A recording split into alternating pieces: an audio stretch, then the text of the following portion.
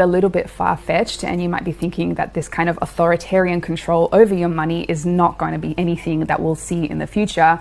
Unfortunately, this is already implemented in the world. In China, the government is already able to program what its citizens can and cannot spend their money on. Over the last few years, they've limited millions of people's ability to buy things like train tickets, passports, and luxury goods. They're able to do this because of China's intense social credit system that links each person's identity and actions to their bank account, allowing the government to see and to control everything a citizen does with their money. And it seems like the West is paying attention. In nations like Sweden, South Africa, and Canada, trials of programmable central bank currencies are already underway. In fact, almost half of the world's nations are at some stage of implementing this kind of programmable money, meaning no matter where in the world you live, this technology is likely only a few years away. Okay, so how does programmable money tie in with the personal carbon limit? Well, it all comes down to whether or not you've gone over your monthly usage, and if you have, there are two possible case scenarios for that. The most openly talked about penalty for a person going over their individual carbon limit is that they'd simply get charged for doing so, just the same as what happens to large companies today. Taken too many car trips this month, or bought a little bit too much meat? In that case, you'd simply get a bill at the end of each month from your government, so you can pay the price of being a naughty citizen. As your entire carbon usage would be tracked by a government CBDC, there would be no way to hide how much carbon you've used. And since they now also hold the keys to your money, they won't even need to send you a bill for your excess usage. Potentially, they'll just automatically pull your fine from your bank account.